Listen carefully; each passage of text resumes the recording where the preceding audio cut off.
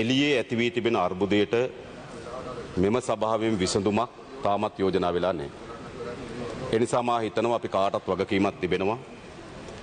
අද මේ රටේ ඇති වී තිබෙන තත්ත්වය යම් සාමකාම ස්ථාවරයකට ගෙනල්ලා අපේ රටේ ස්ථාවරභාවයත් ආර්ථිකය ඇති වී තිබෙන අර්බුදයත් විසඳා ගැනීම සඳහා මාර්ගයක් අපි තෝරාගත යුතුයි. අද අපේ රට මුහුණ දී තිබෙන අර්බුද දෙකක් තිබෙනවා ගරු කතානායකතුමනි. පළමු අර්බුදය තමයි ආර්ථික අර්බුදය. පෞගේ කාලේ පුරාවටම අපේ රටේ පුරවැසියන් මේ ඇති වී තිබෙන ආර්ථික අර්බුදය හේතු කොටගෙන විදුලිය කප්පාදුව, තෙල් හිගවීම, ගෑස් හිගවීම, කිරිපිටි හිගවීම, ඩොලරයාගේ අසීමිත ලෙස ඉහළ යාම, සිළු භාණ්ඩවල මිල ඉහළ යාම, එය ඉතාමත් පීඩාවක් බවට මේ රටේ පුරවැසියන් පත් කරා. ඒ නිසා ජනතාවගේ පළමු නැගිටීම්, පළමු ඉල්ලීම් බවට පත් වී තිබුණේ මේ Taman දෛනිකව මුහුණ දී තිබෙන ගැටලු වලට සාධාරණ විසඳුමක් ඉල්ලලා. පැය 13 14 විදුලිය කපනකොට, තමන්ගේ ගෙදර දරුවා නිදා ගන්න බැරි වෙනකොට, වැඩට යන කෙනාට උයා ගන්න බැරි වෙනකොට, තමන්ගේ දරුවට කිරිපිටි පැකට් එකක් අරන් දෙන්න බැරි වෙනකොට, තමන්ගේ වාහනේ පාරට දාගන්න බැරි වෙනකොට, වෑල්ඩින් කරන බාසුන් නැහැට තමන්ගේ රස්සාව කරගන්න බැරි වෙනකොට, සිමෙන්ති මිල ඉහළ යාම නිසා මේසන් රස්සාවේ යෙදෙන කෙනාට තමන්ගේ රස්සාවේ දෙන්න බැරි වෙනකොට, ගොවිතැන් කරන ගොවි ජනතාවට තමන්ට සාධාරණ පොහොර ටික තමන්ගේ රසායනික පොහොර නැතිවීම නිසා අර්බුදයේ මුහුණ දෙනකොට ස්වභාවිකවම ජනතාවගේ ඉවසීමේ සීමාවේ කඩයිමට ආවා. ඒ නිසා ඔවුන් අපි දැක්ක මන්සන්දිවල රාත්‍රියේ පුවරු අල්ලගෙන දරුවන් වඩාගෙන ඇවිල්ලා මේ උද්ඝෝෂණේ නිරත වුණා. හැබැයි ඒ කිසිවකටවත් ආණ්ඩු ඉතාමත් සාවධානව මේ ජනතාවගේ වේදනාව සහ පීඩාව තේරුම් අරගනිමින් විසඳුම් ලබා දෙන්න සමත් වුණේ නැහැ. මා ඉතා විවෘතව කියන්නේ ගරු කතානායකතුමනි, විසඳුම් ලබා දෙනවා වෙනුවට ජනතාවගේ ඒ බලාපොරොත්තු වලට යම් අපේක්ෂාවක් ලබා දෙනවා වෙනුවට සිදු වූ දේ තමයි ජනතාවගේ එම ඉල්ලීම් ඉතාමත් හැල්ලු සහ සමච්චලයට භාජනය කරන්න පටන් ගත්තා. මාර්තු මාසේ 5 වෙනිදා සිට විදුලිය ලැබෙනවා කියලා කියන්න පටන් ගත්තා. ලොකුගේ අමාත්‍යවරයා මා දැක්ක කිව්වා තෙල් බවුසර් ඕන තරම් තියෙනවා සෙඩ් වලට ගිහලා ආපහු හැරිලා ආවා කියලා කියන්න පටන් ගත්තා. ජනාධිපතිවරයා ජාති අමතලා කිව්වා මම මේකේ වග උත්තරකරුවෙක් නෙවෙයි, මේ අර්බුදය මගේ නිර්මාණයක් නෙවෙයි කියන්න පටන් ගත්තා. මුදල් අමාත්‍යතුමාගෙන් මට මතකයි ඉන්දියාවේ ඉඳන් එනකොට මාධ්‍යවේදීන් අහනකොට කිව්වා නෑ වැඩි දුරදිග හිතන්න එපා කිව්වා. වැඩි ඈත බලන්න එපා කිව්වා. හැබැයි පුරවැසියන් තමන්ගේ දෛනික ප්‍රශ්නයකට මුහුණ දී තිබෙනකොට ඒ ප්‍රශ්න පිළිබඳ සාවධානව ඇහුම්කන් දෙමින් ඒට සාධාරණ විසඳුමක් සොයා දීමට සමත් වුණේ නැහැ. ඒ නිසා ජනතාව අනිවාර්යෙන් පෙළඹෙන තැන කුමක්ද? ජනතාව අනිවාර්යෙන් පෙළඹෙන්නේ ආණ්ඩුව තමන්ගේ සාධාරණ දුක් ගැනවිල්ලට, සාධාරණ වේදනාවට ඇහුම්කන් දෙන්නේ නැත්නම්, ඒකට සංවේදී භාවයකට එළඹෙන්නේ නැත්නම් අනිවාර්ය ලෙස ජනතාව පෙළඹෙන තැන තමයි රටේ පාලකයා සහ ආණ්ඩුව ඉවත් කරන්න කියලා. ඒ නිසා වර්ධනය වෙමින් තිබුණු ආර්ථික අර්බුදය අවසානයේදී දේශපාලන අර්බුදයක් බවට වර්ධනය වුණා. මොකද්ද? ඊට පස්සේ සටන් පාට එන්න පටන් ගත්තා ගෝටා ගෝ හෝම්, ජනාධිපතිවරයා ගෙදර යන්න, ආණ්ඩුව ඉල්ලාස් වෙන්න කියන තැනට අර්බුදය වර්ධනය වුණා. ඒක තමයි අපි කවුරුත් පිළිගන්න ආර්ථික අර්බුදයක් ආර්ථික තලයේ පවතින්නේ නැහැ. ආර්ථික අර්බුදයක් එක් කඩයිමකදී දේශපාලන අර්බුදයක් බවට පරිවර්තනය වෙනවා. ඒ නිසා දැන් අපේ රටේ ආර්ථික අර්බුදයක් සහ දේශපාලන අර්බුදයක් කියන දෙකම තිබෙනවා.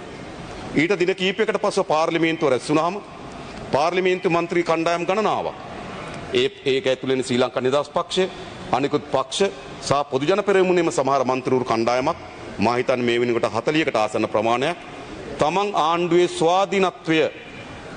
ස්වාධීනව කටයුතු කරනවා කියලා ප්‍රකාශයක් කරා. ඉතින් තවත් මේ දේශපාලන අර්බුදයේ වර්ධනය වෙන්න පටන් ගත්තා.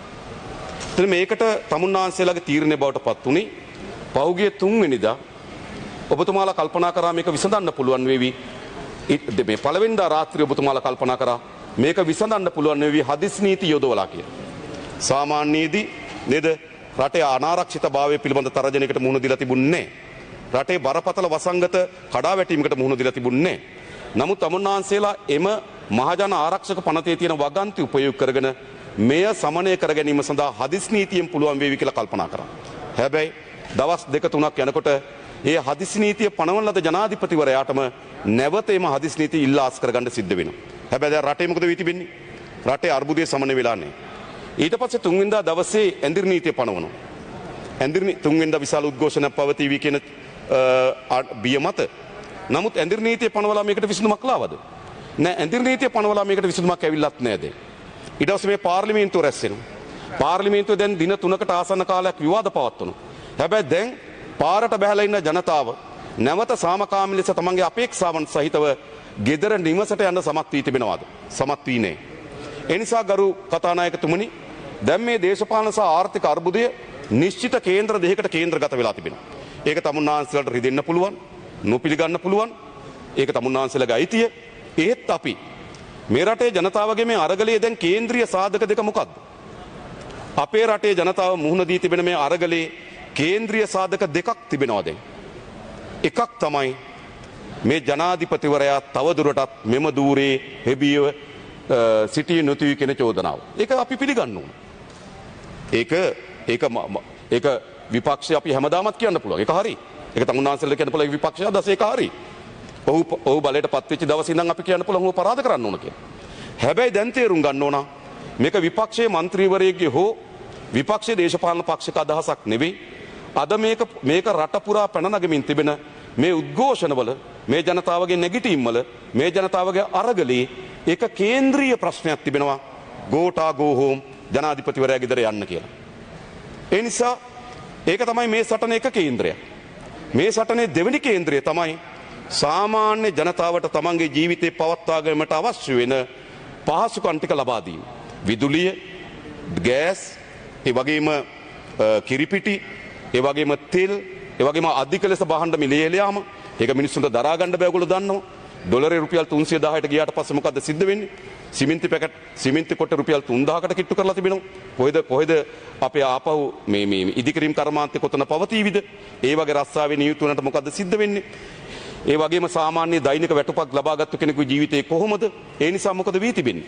මේ තමන්ට ලැබෙන ආදායම තමන්ගේ ජීවිතේ පවත්වාගෙන යාමට ප්‍රමාණවත් නොවන මහා භාණ්ඩ මිල ඉහළ යාමකට මුහුණ දී තිබෙනවා. ඒ නිසා මේ පුරවැසියන්ගේ අත්‍යවශ්‍ය දේවල් ටික ලබා දීමත් මේ අධික ලෙස භාණ්ඩ මිල ඉහළ යාමත් යම් ප්‍රමාණයකට සමනය කරේ නැත්නම් මේ අර්බුදයේ මේ කේන්ද්‍ර දෙකෙන් අපිට ගැලවෙන්න බෑ. ඒ නිසා අපි තමුන්නාන්සලා කැබිනට් මණ්ඩලය ඉල්ලා අසුණා. මා දන්නවා අපි දන්න ලංකා දේශපාලන ඉතිහාසයේ නේද? කැබිනට් මණ්ඩලය මුළු කැබිනට් මණ්ඩලයම එක රැයකින්ම ඉල්ලා අසුනේ මේ දවස් දෙක තුනකට කලින්. හැබැයි ඒකත් මේකට විසඳුමක් බවට පත් වුණේ නෑ. කැබිනට් මණ්ඩලය ඉල්ලා අසීම හෝ ආණ්ඩු පක්ෂ මන්ත්‍රීවරු කණ්ඩායම ස්වාධීන බවට පත්වීම හෝ නේද? මේ කිසිවක් විසඳුම් බවට අද පත් වෙලා නෑ. ඊට පස්සේ ජනාධිපතිතුමා විසින් අන්තර්පාලනයක් යෝජනා කරා. අන්තර්කාලීන පාලනය. හැබැයි ඒකත් අද යථාර්ථයක් බවට පත් වෙලා නෑ. මොකද ඒ අන්තර්පාලන කාලනේ අර කේන්ද්‍රීය ප්‍රශ්න දෙක ආමන්ත්‍රණය කරන්නේ නෑ. කේන්ද්‍රීය ප්‍රශ්න දෙක මොකද්ද? අපි වටේ යන්න එපා. එහෙම අත ගන්න එපා. තව තවත් ජනතාව කෝපයට ලක් කරන, තව තවත් ජනතාවගේ අදහස හැල්ලුවට භාජනය කරන, තව තවත් ජනතාවගේ ඉදිරිපත් කරන අඳෝනාව වේදනාව විසුලුවකට භාජනය කරන නාටක එපා. හරියට තමුන්නාන්සලා තේරුම් ගන්න මේ ප්‍රශ්නේ කේන්ද්‍ර දෙක. පළමු කේන්ද්‍රය තමයි මේ පාලකයා, මේ ජනාධිපතිවරයා මේ ප්‍රශ්නේ උස්සන්න වීමට හේතු වී තිබෙනවා. මේ ප්‍රශ්නේ විසඳීම සඳහා සමත්කම් පෙන්නලා නැහැ. ඒ නිසා අද රටේ ජනතාව කියන්නේ ඔහු යටතේ මේ පාලනයට විසඳුමක් ලැබෙන්නේ නැහැ. ඒ නිසා එක ප්‍රශ්නයක් තමයි ඉවත් වෙන්න කියන ප්‍රශ්නේ. දෙවෙනි ප්‍රශ්නේ තමයි මා කලින් කිව්ව ආර්ථික ප්‍රශ්න. එතකොට අපි මේකේ විසඳුමක් සොදාගත යුත්තේ කෙසේද? මා හිතනවා තමුන්නාන්සලා අන්තර්පාලන යෝජනා කරනවා, අන්තර්කාලීන පාලන, සභාග පාලන යෝජනා කරනවා, අමාත්‍ය ධුර බාර ගන්න කියලා යෝජනා කරනවා. ඒ කිසිවක් ගරු ඔබතුමාට තව විනාඩි 2යි තියෙන්නේ. විනාඩි 3යි කතා නෙවෙයි. මා විනාඩි 3යි.